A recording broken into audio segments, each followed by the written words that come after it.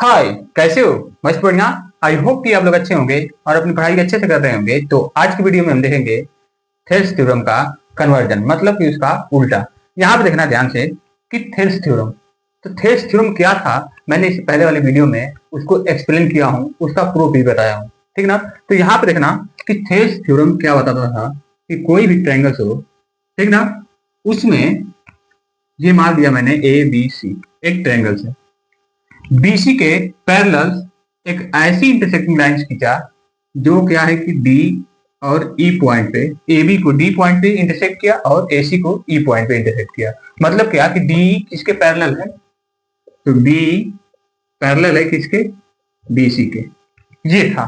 ठीक है, Thales theorem यही बताता था, जो कि हमको पहले से ही क्या था कि ये मालूम था कि ये क्या है कि पैरेलल है, तो उनके जो साइड्स होते हैं, साइड्स के रेशियो वो एक दूसरे के प्रोपोर्शन थे, मतलब कि एक दूसरे के समानुपात में थे। बात समझ में आ रहा है? यहाँ पे देखो जैसे क्या था कि इनका रेशियो, थेल्स थ्योरम यही बताता था ना कि AD divided by DB is equal to A divided by EC, यही बताता था। ठीक है ना?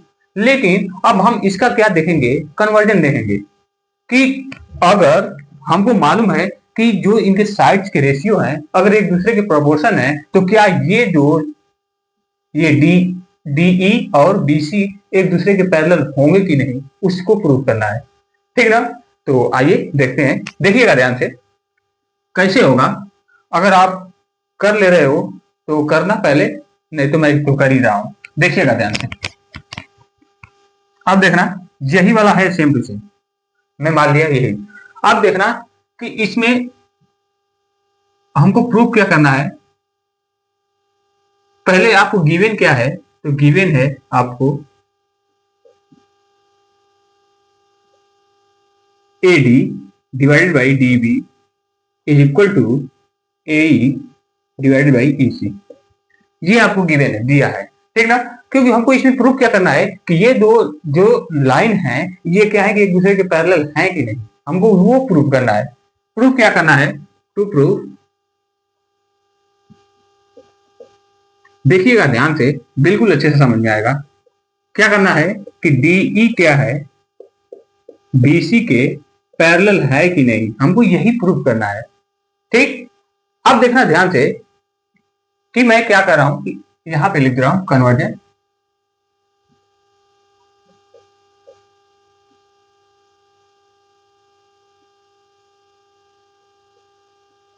थेल्स थ्योरम,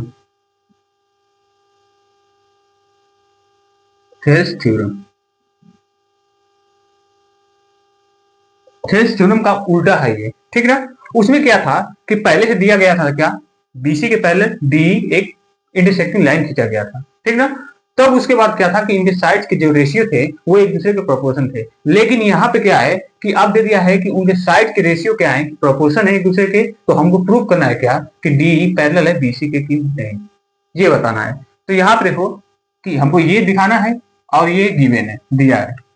मैं मान ले रहा हूं कि डी से, मतलब कि ए बी पे पॉइंट डी से मैं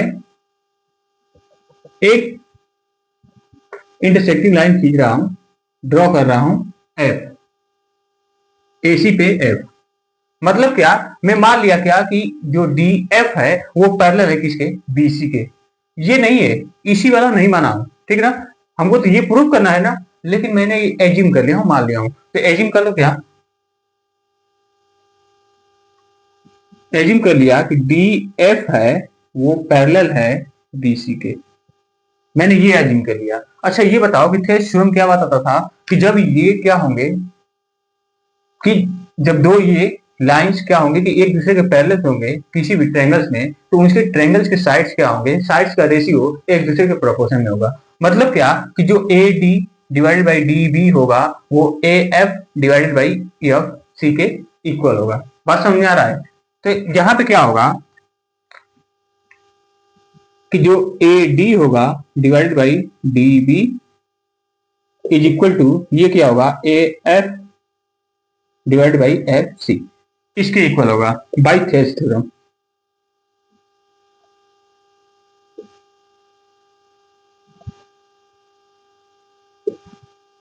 थेल्स थ्योरम। थेल्स थ्योरम, ठीक ना। तो ये देखो कि ये क्या होगा कि इनके साइड्स के रेशियो प्रोपोर्शन में होंगे। यहाँ पर हमको ये मालूम चल गया, लेकिन हमको दिखाना क्या है कि डी ई क्या होगा कि पैरेलल होगा किसके, बीसी के, हमको ये दिखाना है। तो हम क्या करेंगे, अब देखना कि इसको आप सॉल्व करेंगे। तो ये देखिएगा ध्यान से, ये वाला क्या था, गिवन था, पहले से दिया गया था। तो मैं मान ले रहा हूँ फर्स्ट इक्वेशन, इसको मान ले रहा हूँ, ये सेकेंड इक्वेशन मान ले रहा हूँ, ये सेकेंड इक्वेशन मान ले रहा हूँ। तो देखिएगा इक्वेशन फर्स्ट एंड सेकेंड से हमको क्या मिलेगा, ये देखो AD डिवाइडेड बाई BD है, सॉरी DV है, और यहाँ पे भी क्या है कि AD डिवाइडेड बाई BD है। ये इक्वल है किसके, AF के इक्वल है, ठीक ना। AF डिवाइडेड बाई FC के इक्वल है। और यहाँ पे भी ये क्या है कि AE डिवाइडेड बाई EC के इक्वल है।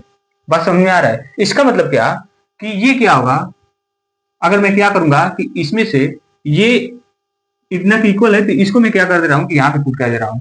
मतलब क्या,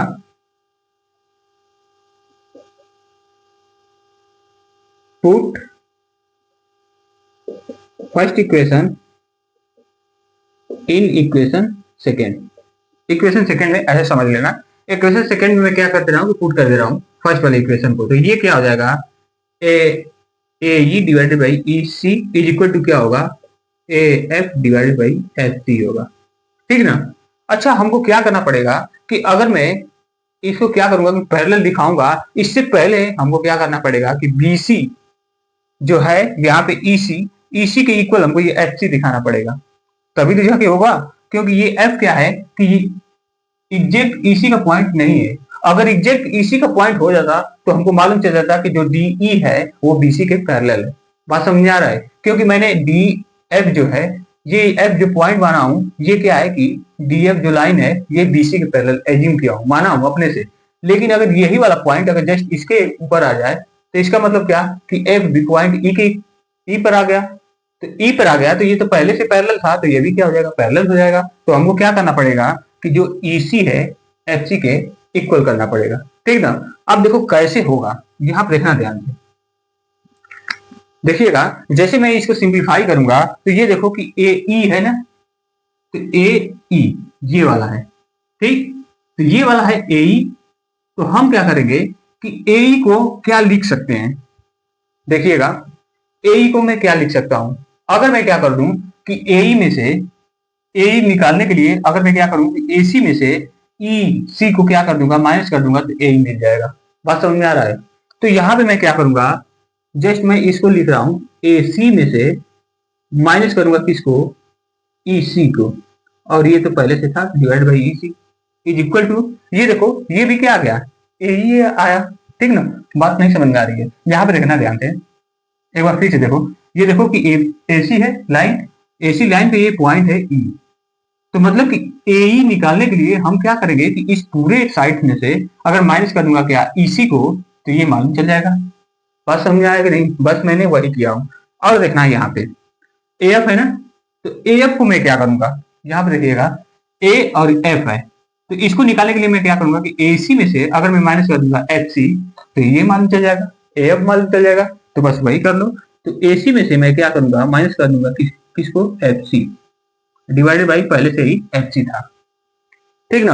अब इसको जैसे सिंप्लीफाई करोगे तो देखना ध्यान से, ये क्या हो जाएगा, AC divided by EC minus EC divided by EC, ये हो गया इज इक्वल टू, इधर क्या होगा, तो AC divided by FC minus FC divided by FC, ये हो गया। ये देखो ये कट गया, मतलब कि 1 आ जाएगा, ये 1 बार में डिवाइड हो गया, ये भी 1 बार में डिवाइड हो गया।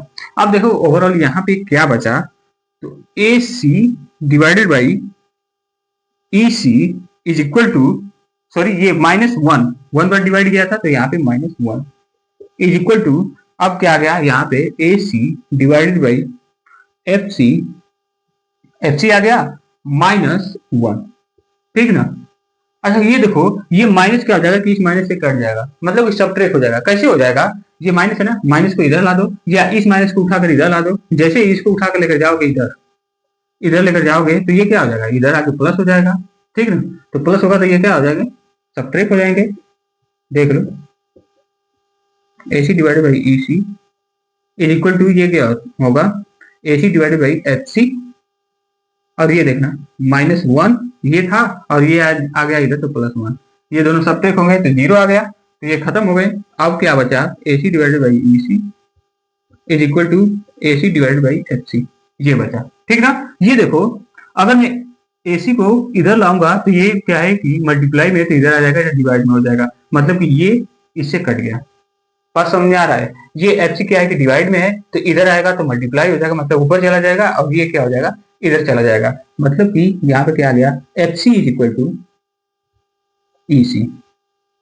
हमको यही प्रूव करना था, प्रूव तो करना है, पैरेलल दिखाना है, लेकिन ये देखो कि मैं क्या बोला था कि जब मैं इन दोनों को इक्वल कर दूंगा तो मैं कह सकता हूं कि जो यह पॉइंट है वो पॉइंट एग्जैक्ट ई पे है। बात समझ में आ रहा है, यहाँ पे देखो HC क्या है, F और C ये क्या है, EC के इक्वल है, इसका मतलब कि यह पॉइंट जरूर E पे रहा होगा, तभी तो है इक्वल। तो E पे इक्वल, F जो पॉइंट है E पे रहा होगा, तो इसका मतलब क्या कि HC is equal to EC होगा। ठीक, तो मैं क्या करूंगा कि जो HC लिखा है इक्वेशन 2 में, इन इक्वेशन 2 में AD डिवाइडेड बाई क्या है, DB इज इक्वल टू, यहाँ पे क्या था तो AF डिवाइडेड बाई FC ये था ना, तो FC की जगह पे मैं क्या रखूंगा, EC रखूंगा। ठीक है, या ऐसे लिख लिया, तो इसको क्या करोगे कि therefore AD divided by DB is equal to AF divided by, sorry AF होगा ना, AE होगा, AF है यहाँ पे,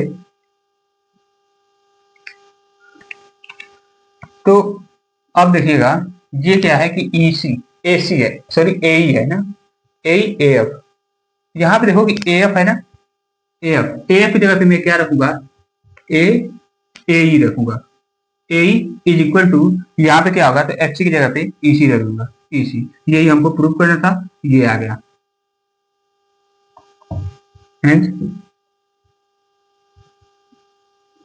अब देखना ध्यान से कि यहाँ पे मैं AE कैसे ला दिया, यहाँ पे देखिएगा AE में कैसे ला दिया, यहाँ पे AF की जगह पे, यहाँ पे देखिएगा कि FC क्या है कि इक्वल है EC के, मतलब कि FC क्या है कि EC के इक्वल है, मतलब कि F पॉइंट जो होगा EC पे होगा, इसका मतलब क्या कि AFB क्या होगा, AE के इक्वल होगा। बात समझ में आ रहा है कि नहीं, जब ये वाला पॉइंट इस पे होगा तो ये वाला पॉइंट, तो ये वाला लेंथ क्या होगा, AFB क्या होगा कि AE के इक्वल ही होगा, तो यहाँ पे क्या हो गया, सो क्या लिखूं, AF is equal to AE, ये भी होगा। बात समझ में आ रहा है कि नहीं, हाँ इसको थोड़ा और प्रोसेस करके अगर मैं करता तो यही आता। बात समझ में आ रहा है, जबकि हमको देखने से भी कैलकुलेशन निकल जा रहा है यहीं से, तो हम क्या करें, उतना करने जाएंगे, पूरा ऐसे करेंगे उसके बाद उसको निकालेंगे, वही बात है। ठीक ना, यहाँ पे देखो कि आपको मालूम चल गया ना, तो हम क्या करेंगे कि AF के इक्वल है क्या, AE, और EC के इक्वल है क्या, सॉरी FC के इक्वल क्या है, EC है, तो यहाँ पे जैसे ही पुट किया तो ये क्या हो गए, थ्योरम प्रूव्ड हो गए। ठीक है, अच्छा तो ये देखो कि ये बता रहा है क्या कि ये तो प्रूफ हो गए, तो हमको क्या बताना था कि ये वाला जो DF में पैरेलल माना था, एज्यूम किया था, तो F क्या है कि पॉइंट E पे आ गया, इसका मतलब क्या कि ये DE भी क्या होगा, जब ये F पॉइंट आ गया यहाँ पे तो DE भी क्या होगा, BC के पैरेलल रहा होगा, तभी तो इसके प्रोपोर्शनल आए हैं। बात समझ में आ रहा है कि नहीं, ये तो पहले से भी दिया गया था, तो ये क्या था कि एफ बी पॉइंट ई पे रहा होगा, तो डी ई भी क्या होगा कि बीसी के पैरेलल रहा होगा। बात समझ में आ रहा है, तो इसका मतलब क्या कि हमको प्रूफ क्या करना था, इसको नहीं करना था, तो हमने तो ये दिखाया, लेकिन ये क्या था कि डी ई, डी क्या होगा कि पैरेलल होगा बीसी के, ये हमको प्रूफ करना था। ये बात समझ में आ रही है, ठीक ना, जो यह पॉइंट रहा होगा तो इसी पे रहा होगा, मतलब कि ई पे रहा होगा, तो ई पे रहा होगा तो जो डी होगा वो बीसी के भी पैरेलल रहा होगा। बात समझ में आ रहा है कि नहीं, तो पैरेलल रहा होगा तो ये हमको प्रूफ करना था। बात समझ में आया? तो अब हम चलेंगे एक्सरसाइज 6.1 पे। तो आइए एक्सरसाइज देख ले रहे हैं। इससे पहले देखिएगा कि कुछ मैं क्वेश्चन दे रहा हूं, अपने से ट्राई कीजिएगा, ठीक ना। मैं उसको कल बताऊंगा, वो ऐसे थ्योरम है, उसको प्रूव करना है, दिखाना है, ठीक ना। तो देखिएगा, मैं इसको मिटा दे रहा हूं। थेल्स थ्योरम के रिलेटेड है, उसी पे करना है इसको।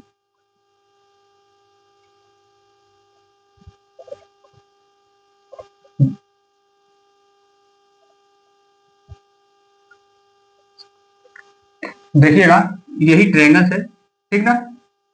ट्रायंगल्स में सेम टू सेम यही नेम है। अब हमको क्या दिखाना है, पहले तो हमको ये मालूम था थेल्स थ्योरम के द्वारा कि एडी क्या होगा कि डीबी इज इक्वल टू, ये क्या हो जाएगा, ए डिवाइडेड बाई ई सी।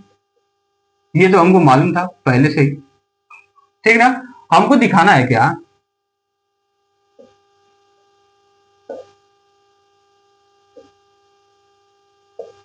हमको दिखाना है क्या, फर्स्ट वाला प्रूफ करना है, प्रूफ कीजिएगा। फर्स्ट वाला दिया है A B divided by D B is equal to A C divided by E C, ये प्रूफ करना है। और सेकेंड वाला है A D divided by A B is equal to A E divided by E C, ठीक ना। हमको इसको क्या करना है कि थेल्स थ्योरम द्वारा इसको प्रूव करना है, ठीक ना। तो प्रूव कीजिएगा अपने से, ठीक। मैं इसको कल बताऊंगा, ठीक, कि कैसे आया, ये कैसे प्रूव होगा, तो मैं कल बताऊंगा। इससे पहले मैं चल रहा हूँ एक्सरसाइज 6.1 पे। तो आइए एक्सरसाइज को देखते हैं।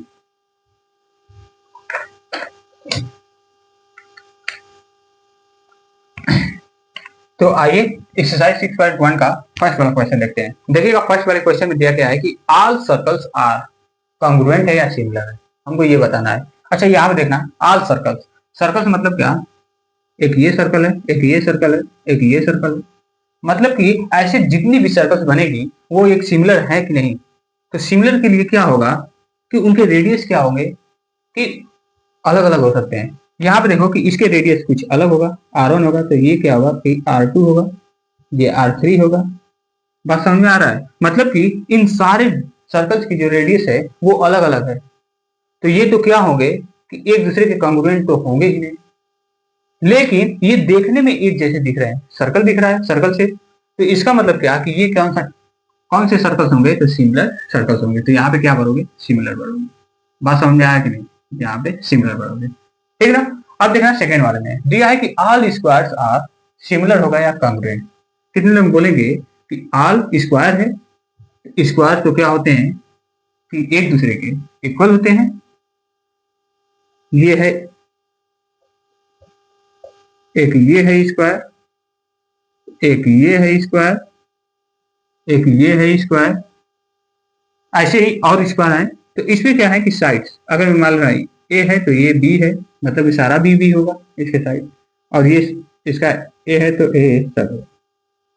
इसके एंगल्स तो सेम हैं, बट इनके साइड्स क्या है, एक दूसरे के प्रोपोर्शन में होंगे। मतलब कि अगर मैं इन दोनों स्क्वायर को कंपेयर करूंगा तो प्रोपोर्शन में होंगे, न कि इक्वल होंगे। तो जब इक्वल होगा नहीं, एंगल तो इक्वल है, इसका भी एंगल इक्वल है, थर्ड वाले स्क्वायर का भी एंगल तो प्रत्येक 90 डिग्री का है, बट इनके साइड्स इक्वल नहीं है। तो ये क्या होंगे, कॉन्ग्रुएंट नहीं होंगे। तो ये होंगे क्या, सिमिलर होंगे। तो यहाँ पे क्या भरोगे, सिमिलर भरोगे।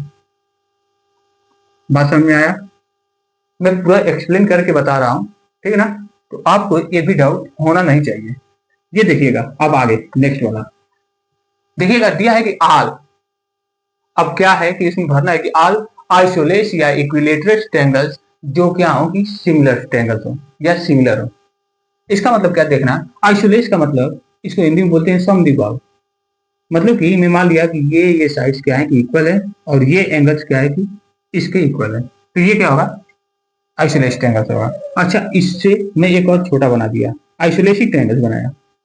देखिएगा, ये एंगल इसके इक्वल होगा, ये साइड इससे इक्वल होगा, ठीक ना। लेकिन जैसे ही मैं इसको कंपेयर करूंगा तो ये साइड इस साइड के इक्वल नहीं होगा। बात समझ में आया? कोई जरूरी नहीं है कि अगर ये 60 डिग्री का है और ये भी 60 डिग्री का है तो ये भी 60 डिग्री का होगा, कोई जरूरी नहीं है। ये जो आइसोलेट ट्रायंगल्स बनाया हूं ये क्या होगा, मैं मान ले रहा हूं कि ये मान लो कि 30 डिग्री, ये भी मान लो 30 डिग्री, ये भी तो हो सकता है, या तो ये 45 डिग्री और ये भी 45 डिग्री, तो 45 डिग्री 45 डिग्री मान लिए। तो ये क्या है कि ये भी तो आइसोलेट एंगल्स है, बट इसके एंगल्स भी इक्वल नहीं है और ना तो साइड इक्वल है, ठीक ना। लेकिन इसको क्या करोगे कि अगर मैं मान ले रहा हूं कि इसके भी एंगल्स क्या है कि इक्वल है, अच्छा ठीक है, मैं मान लिया कि एंगल्स इक्वल है, तो अब भी कह सकते हो क्या कि ये कंग्रुएंट होंगे? नहीं होंगे, क्योंकि इसके साइड इक्वल नहीं होगा। जब नहीं होगा इक्वल तो ये क्या होंगे कि आइसोलेट ट्रायंगल्स तो इसमें होगा नहीं, क्योंकि हमको सिमिलर ट्रायंगल्स बनाना है। तो इक्विलेटरल ट्रायंगल्स देखो, इक्विलेटरल ट्रायंगल्स में जब दो ट्रायंगल्स बनाओगे तो उसमें क्या होगा कि ये साइड, इसको थोड़ा छोटा बना दे रहा हूं, समझना ध्यान से, ये साइड क्या होंगे, ये क्या होगा इक्विलेटरल ट्रायंगल्स में कि प्रत्येक जो एंगल्स होते हैं वो 60 डिग्री के होते हैं, तो ये भी 60 डिग्री का होगा, इसके सारे एंगल 60 डिग्री के होंगे, ठीक ना। और इनके तीनों साइड्स एक दूसरे के इक्वल होगा, लेकिन यहाँ पे दूसरे ट्रायंगल्स के साइड्स के इक्वल इसकी साइड्स पहले वाली ट्रायंगल्स की इक्वल नहीं होगी, लेकिन प्रोपोर्शन में होगी। बात समझ में आ रहा है? एंगल्स तो सेम ही है तो इनके साइड्स क्या होंगे, प्रोपोर्शन में होंगे। इसका मतलब क्या कि यहाँ पे क्या भरा जाएगा, तो इक्विलेटरल ट्रायंगल भरा जाएगा, ठीक ना। तो यहाँ पे इक्विलेटरल ट्रायंगल होगा,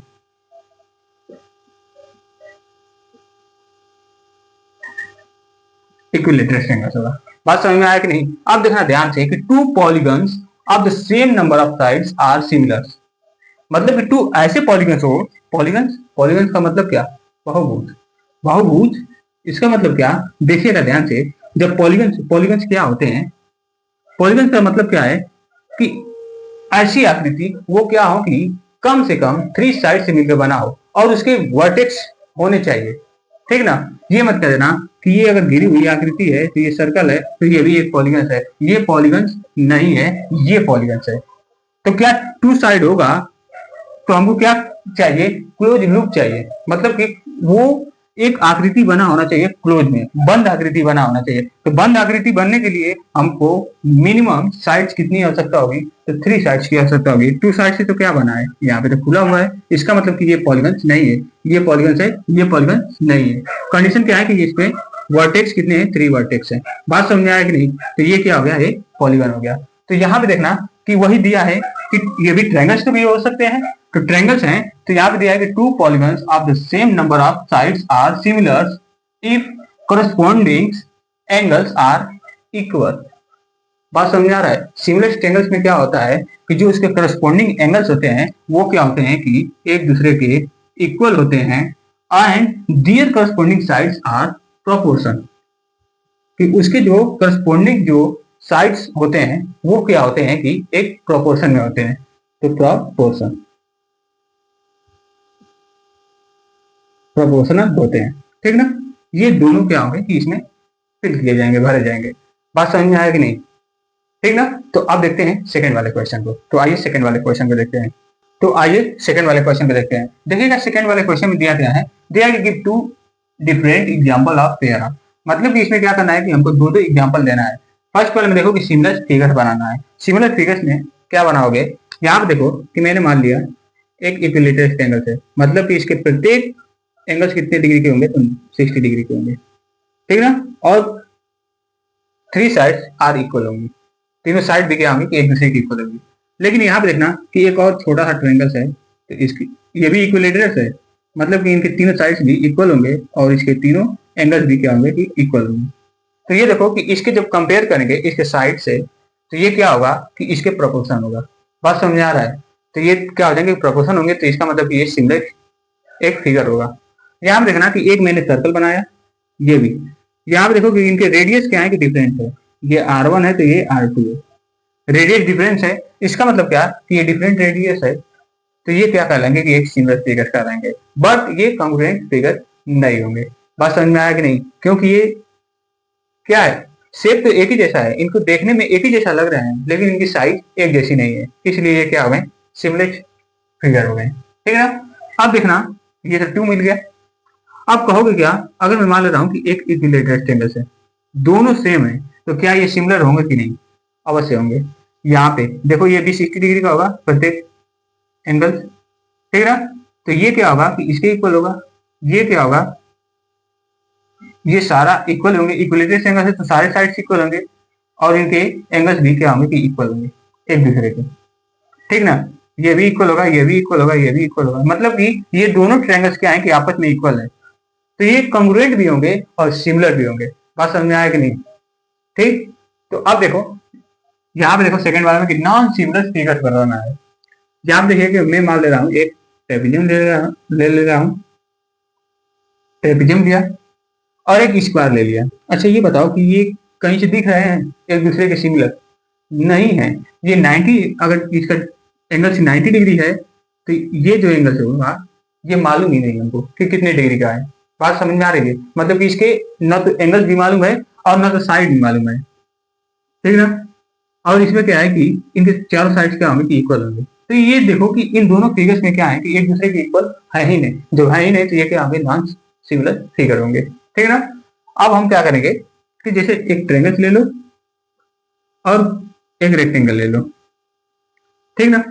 तो ट्रायंगल्स रेक्टेंगल्स के सिमिलर होगा कि नहीं? नहीं होगा, क्योंकि देखने में भी लग रहा है कि ये दोनों फिगर्स अलग अलग है, ठीक है ना। तो ये सेम क्या होंगे कि सिमिलर फिगर नहीं होंगे। बात समझ में आया कि नहीं? तो अब हम चलेंगे थर्ड वाले क्वेश्चन पे। तो आइए थर्ड वाले क्वेश्चन को देखते हैं। तो आइए अब हम थर्ड वाले क्वेश्चन को देखते हैं। देखिएगा थर्ड वाले क्वेश्चन में दिया गया है कि state whether the following quadrilaterals are similar or not.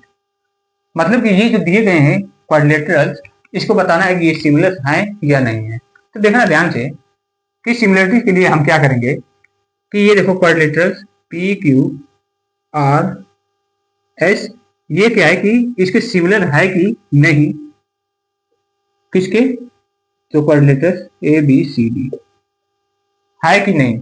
तो ये क्या होगा, नहीं है, सिमिलर नहीं है। अब क्यों नहीं है यहां पर देखना ध्यान से।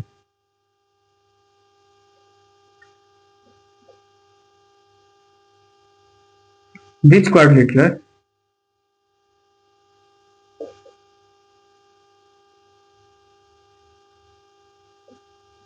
are not similar?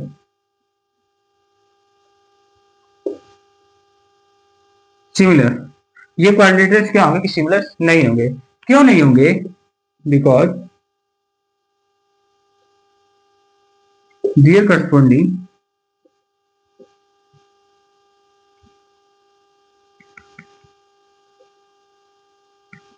their corresponding sides are proportional। इनके साइड्स क्या होंगे कि प्रोपोर्शनल तो होंगे, प्रोपोर्शनल तो होंगे। अब प्रोपोर्शनल होंगे इसका मतलब क्या कि मैं साइड्स को जब कंपेयर करूंगा तो ये जो पी एस होगा, ये पी एस डिवाइडेड बाई ये जो ए डी होगा, ये इक्वल होगा क्या, कोई भी साइड ले लो, एस आर ले लो, एस आर। बस ये ध्यान देना कि अगर एस आर ले रहे हो तो उसके ऊपर वाला साइड ये वाला लेना, तो यहाँ पे डिवाइडेड बाई डी सी, ये इक्वल होगा। करके देख लो कैसे। ये 1.5 दिया है, सॉरी ये, हाँ ये वाला लिया हूं पहले ना, तो पहले इसको लिखूंगा, तो 1.5 डिवाइडेड बाई 3 ये है, ठीक ना। जैसे डिवाइड करोगे तो क्या आ जाएगा, ये क्या होगा 15 डिवाइडेड बाई 13 होगा, ये होगा, ठीक ना। इसको जैसे ही डिवाइड करोगे, ये यहाँ से पॉइंट हटाओगे 10 का मल्टीप्लाई करोगे तो नीचे भी करोगे तो ये हटेगा, तो ये क्या आ जाएगा 1:2 में आ जाएगा। मतलब कि इसके प्रोपोर्शनल क्या होंगे कि रेशियो क्या हो जाएंगे, तो 1:2 हो जाएगा। But their corresponding